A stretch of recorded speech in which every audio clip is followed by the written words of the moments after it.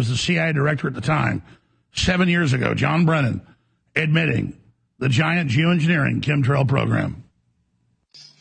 Another example is the array of technologies, often referred to collectively as geoengineering, that potentially could help reverse the warming effects of global climate change.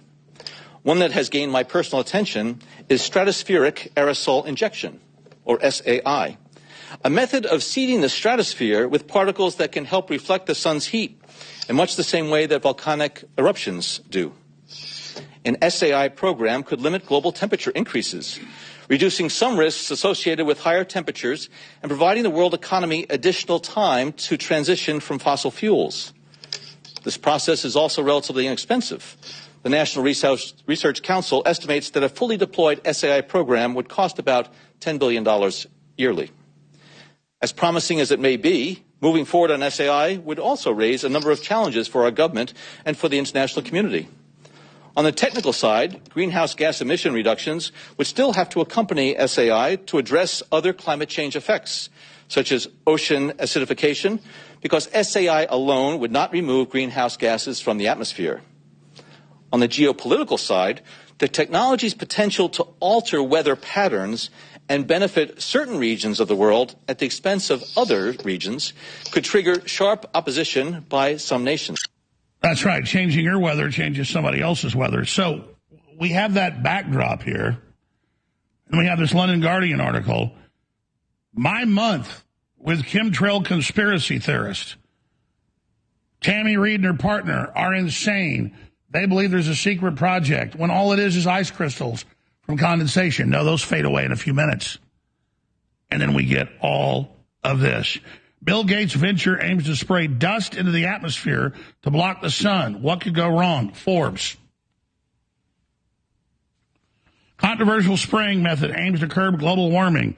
CBS News. Geoengineering marks scientific gains in UN report on dire climate future. They've got to do it for our own good. London Guardian, what if it's too late to save our planet without geoengineering? So the Guardian says it doesn't exist, you're bad out of one article, and then says it exists and it's good out of another. Science.org, geoengineers inch closer to sun-dimming balloon test. Geoengineering, the quick and potentially catastrophic fix for climate change. ABC News, Australia. Here's what scientists really think about chemtrails. Huffington Post, they're real, they're good for you. And then NBC News. Do airplane contrails add to climate change? Yes, and the problem is about to get worse.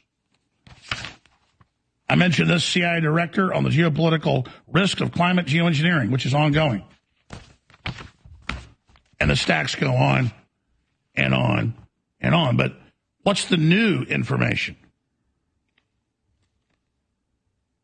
We already knew this. We had a guest on years ago that did the test. And went and got the samples of soil all over the world, but particularly the U.S., from Oregon to New York, from Florida to Texas, and they found very toxic, extremely poisonous pesticides that kill everything, plant, animal, amphibian, fish, insect it comes in contact with. And you wonder why they would admit mainstream news, where are all the insects? Or the windshield test? I drove just a few months ago in the spring in Texas to our historic family land in East Texas. In our hands since the late 1820s.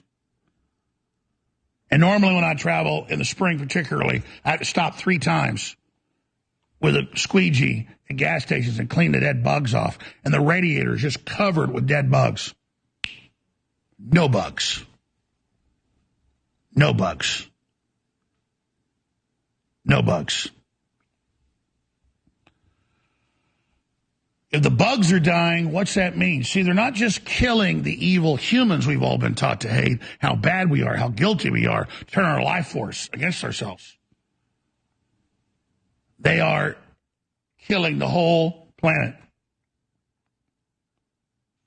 So here's national Spanish news. Vaz Ibicria.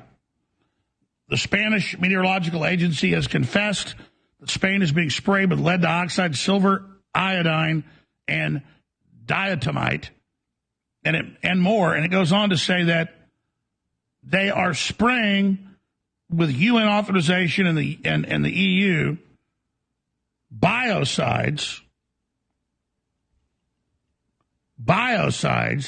and look up biocides, a pesticide that kills life. And they say in the press release that's right here in Spanish that it's being done to stop global warming. So pesticides stop global warming.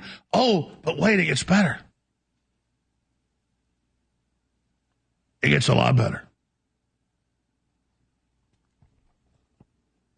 They go on to say that it's also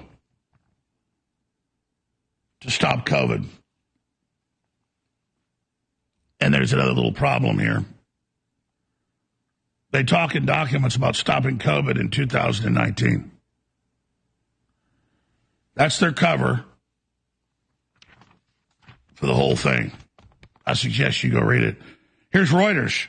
Geoengineering marks scientific gain in UN report on dire climate future. Only this can save us. But don't debate it while it's been going on for decades. Secretly, controversial spraying method aims to curb global warming. CBS News. And then we have House Republicans introduce climate change strategy with eye on midterms. Oh, they admit it's real, but they've got a better way to cut the evil carbon dioxide that plants breathe. It is a declaration of war against the building blocks of all life on this planet, carbon-based life forms. And the carbon cycle of sunlight, water, carbon dioxide, and oxygen.